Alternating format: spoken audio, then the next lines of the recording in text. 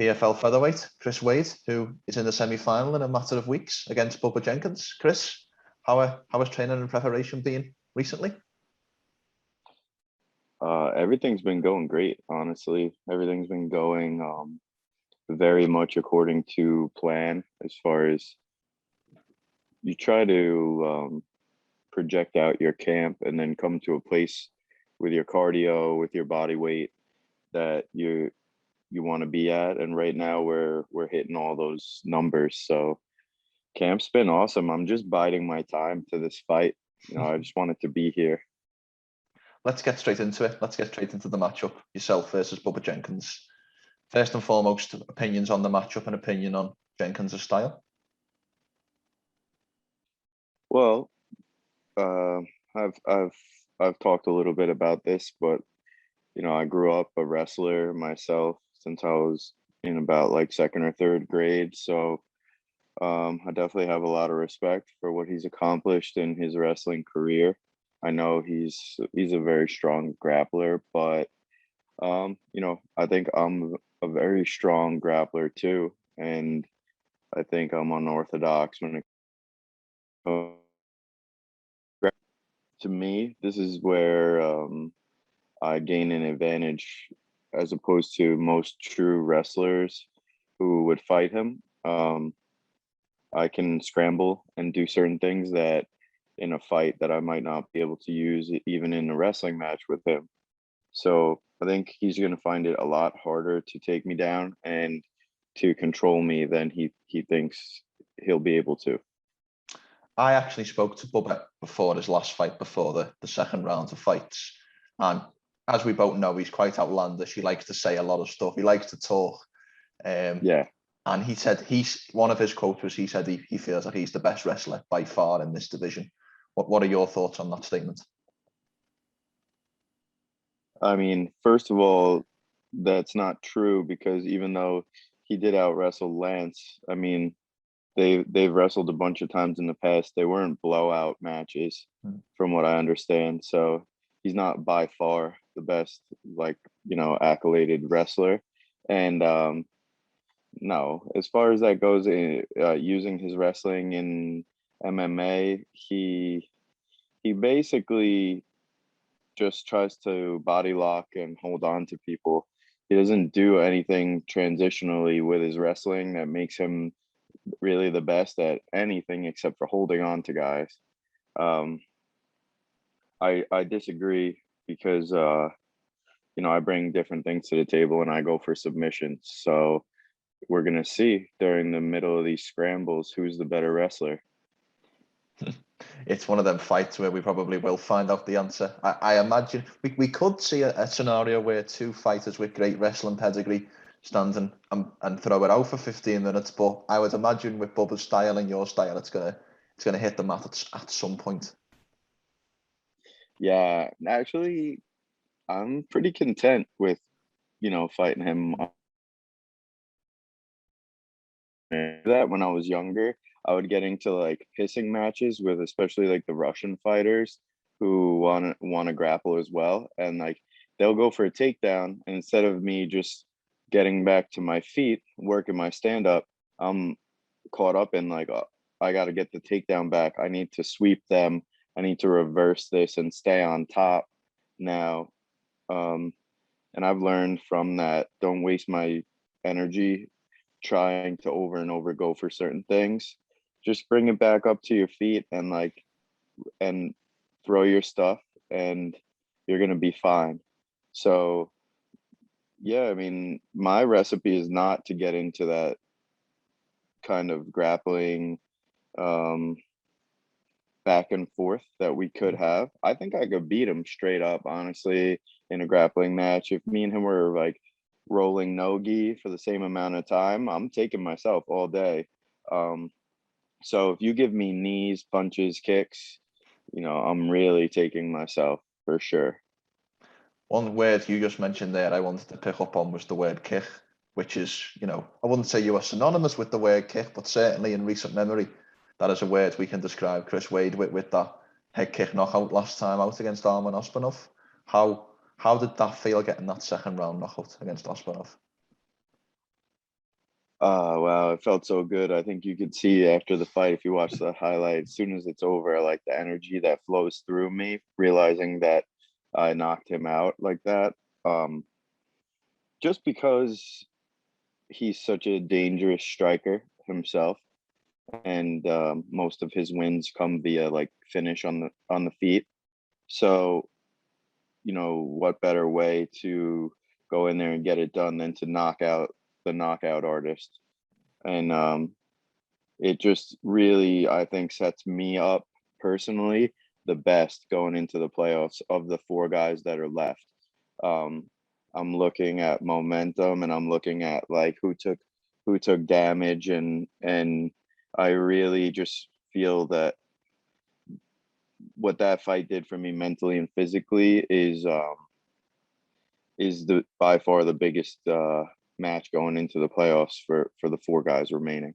Yeah, because the three other guys all went to decision in their second fight. You obviously spent what 7, 8 minutes less in the cage, which is a natural advantage, isn't it? Less time in the cage, less damage taken. Absolutely. I know they could say that they're not or they're fine, but I know what I've been in this season 2 times already. This is my third go round, and I know what happens just not even from the fights, but from practicing this much and this hard in camp. So guys are beat up, guys are tired, they're hurt, and it's coming down to like durability. How much damage did you take so far? And being able to step on the gas right now. And I think you probably saw in that fight that I'm dead serious about this season. Like, I'm going to be right there in front of Bubba. He could throw whatever he wants at me, and I'm going to block, fade, slip, or take whatever it is and give it right back to him. And we're going to see who can take more of that. And I'm betting again on myself. I'm like laser focused in right now on winning this belt. It's not even the money like for me, because like I've changed my fighting and what I'm fighting for, and I want the accolades and like the legacy and the matchups. So I'm just looking for, the toughest fights that I could get myself into, the best names that I could get myself a matchup with, so that when I sit down one day, I could be proud of, who I competed against.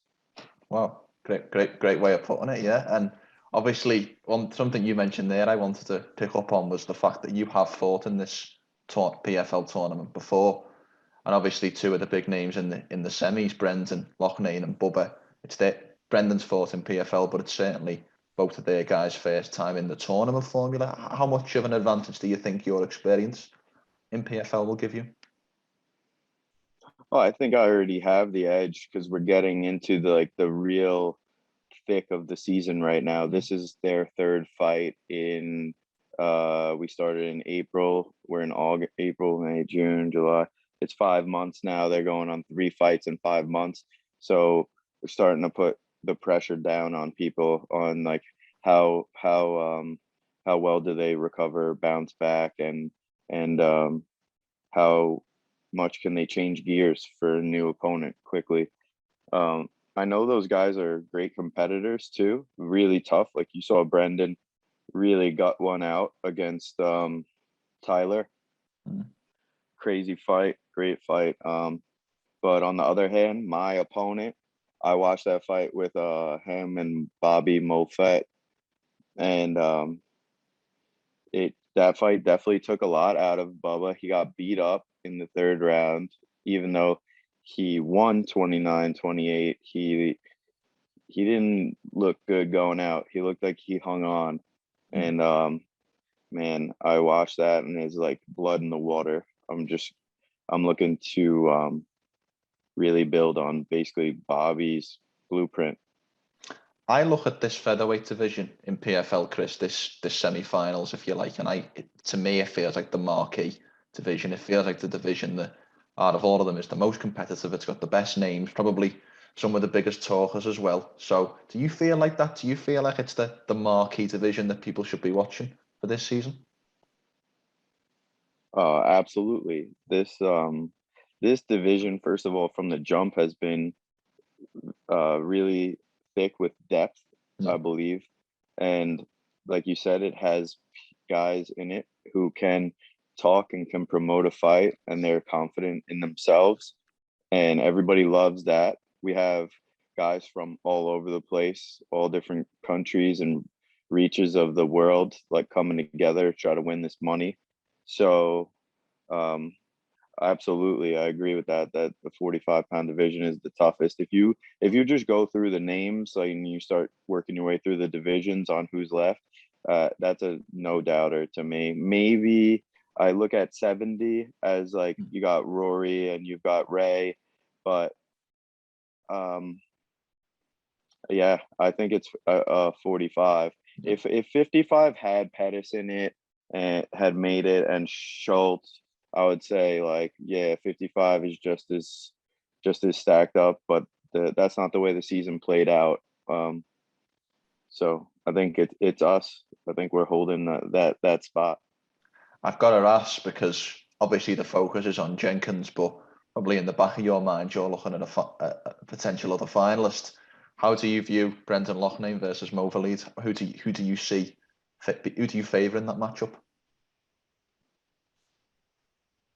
I mean, I've been on record as saying that I do favor Movlid, just because I give him he's a little bit more of an overall martial artist with the grappling, and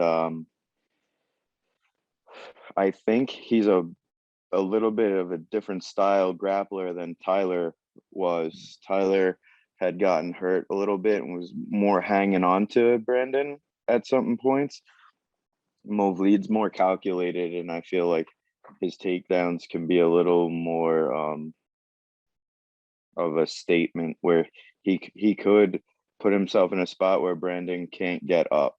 I'm not saying he could do a ton of damage to Brandon because I don't think he's gonna like hurt him, but I see it as Movlid and Bubba are kind of trying to control and wrestle their way to the final, whereas Brendan and I are looking to really like fight our way to the final. So I think if the MMA gods will have their way and the fans have their way, then it will be Brandon and I in the final. Just because of I've been really thinking about like watching how his will to like throw and to get involved in a fight, like a knockdown drag out fight, and I do see that in him. So I see him coming on like late against Movlid. It's really a close one. Good fight. I'm going to rephrase the question. So you favoured Movlid to win. Is the one that you would prefer to win for your style? It's the one that you look at and think my style matches up better than the other, perhaps? Yeah, well, I'm pulling for Brandon to win in that regard because, like I said, I do find him to be the less complete martial artist. And anytime you can like bring it back for me to like years past MMA where you had like specialists, I'll take my fight against like the specialist any day of the week because it's just one less thing to really worry about. The guy's like got no submission game really or takedown game. He's got very little as far as like being able to sweep you, stay in control of you. So I just, you know what you're going to get. You're going to get a lot of like straight right hands, a lot of low kicks. You're going to get a kickboxing match. So pulling for him in that regard. But damn, both of them are really tough. Let's turn the focus back to Bubba. And as I mentioned earlier, he is a talker. I've asked him this question. He doesn't like to call himself a trash talker because he believes that insinuates he talks falsely. He doesn't speak the truth. So he calls himself a truth teller. But what is your opinion on Bubba's talking? Let's just say. I mean, first of all, I don't really listen to too much of anybody talk in MMA. It's like not one of my big things to listen to all the bullshit because like Connor, look at him. He's like, he made all that crap popular. And now he can't, you see, like, you can only talk your way so far, and you can still catch beatings if the person doesn't care and you don't let them into your head. And I really don't care. There's nothing that guy Bubba can say or do before they lock the cage that is going to benefit him in any way. If he wants to truth tell, I mean, all he'll do is really motivate me to like hurt him further.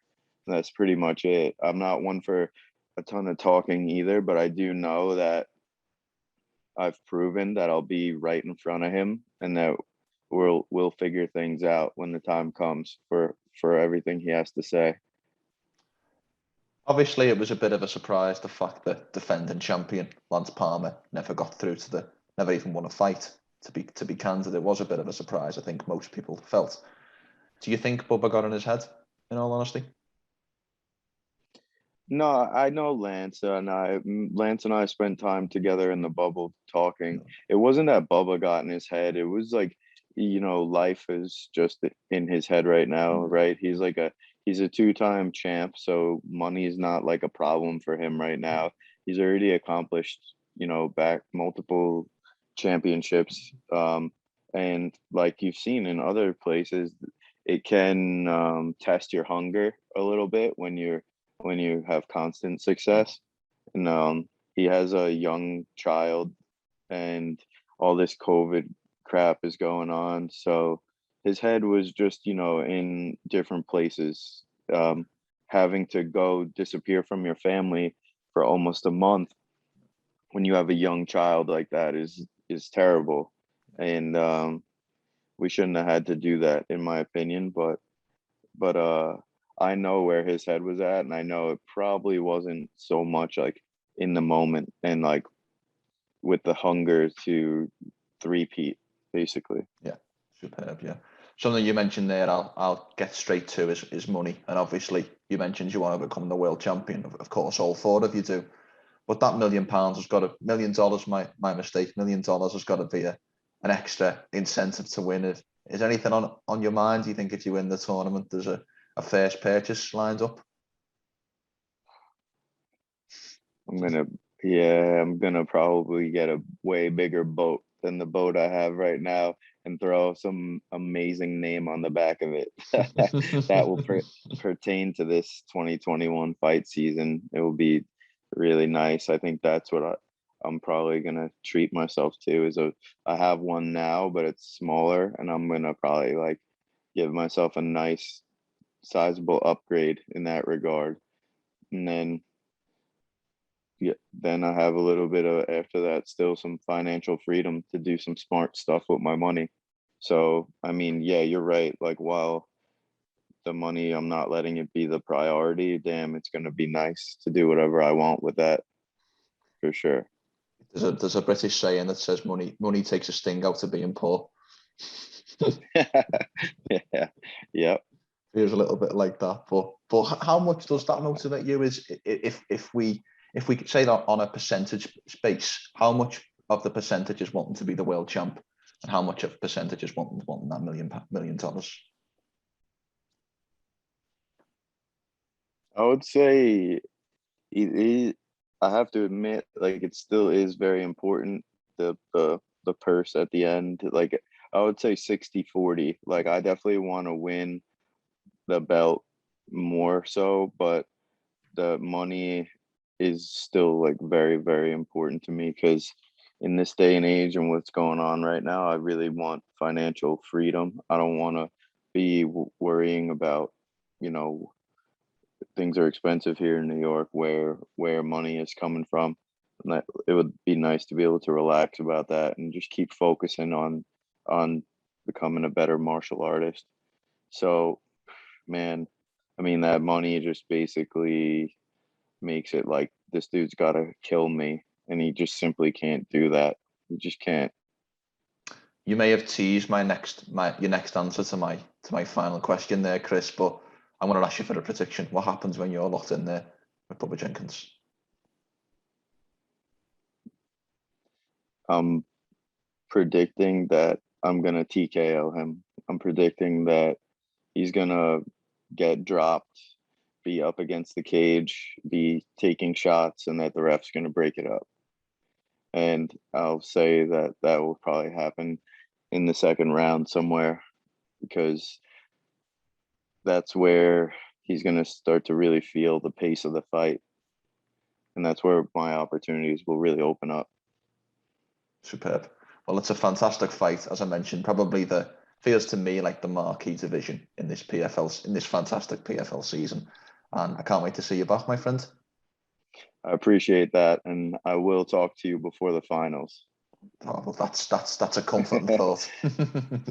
Before we finish, Putting it Chris, out there in the world, got to manifest it. got to manifest it, yeah, of course. Well, actually, to be quite honest with you, Chris, I've had sit downs with yourself, with Bubba, and with Brendan. So perhaps, maybe I'm biased saying the featherweight is the best division because I spoke to 3 out of the 4 guys, and the 4th doesn't speak English. So maybe that's just me, but I do believe it is the best division. Thank you. I appreciate that. Before we finish, Chris, how can people find you on social media? So you can find me at C Wade MMA on Twitter, or at Chris Wade MMA on Instagram. And if you just also search Chris Wade on Facebook, you'll see that I pop up like right away. It's the picture of me in black and white. That's the main handle that's active right now. There's another fan page, but it's not being kept up with. So. For one final question, I give this opportunity to everyone. Anything you want to say or sign off with at all? Just follow me on Instagram, Chris Wade MMA. I will keep you all up to date on these last few weeks at camp, on how the weight cut is going. If you have any questions, I'm pretty interactive with the people who support me. I try to, if you guys show me that kind of appreciation, I try to show some love back. So yeah, just follow, because that's in this day and age, that is unfortunately one of the necessary evils, is that social media followership is tied to your value very much. So yeah, unfortunately it is, but it's a fact nonetheless. And just want to thank you once more for your time, Chris. All right, have a great day.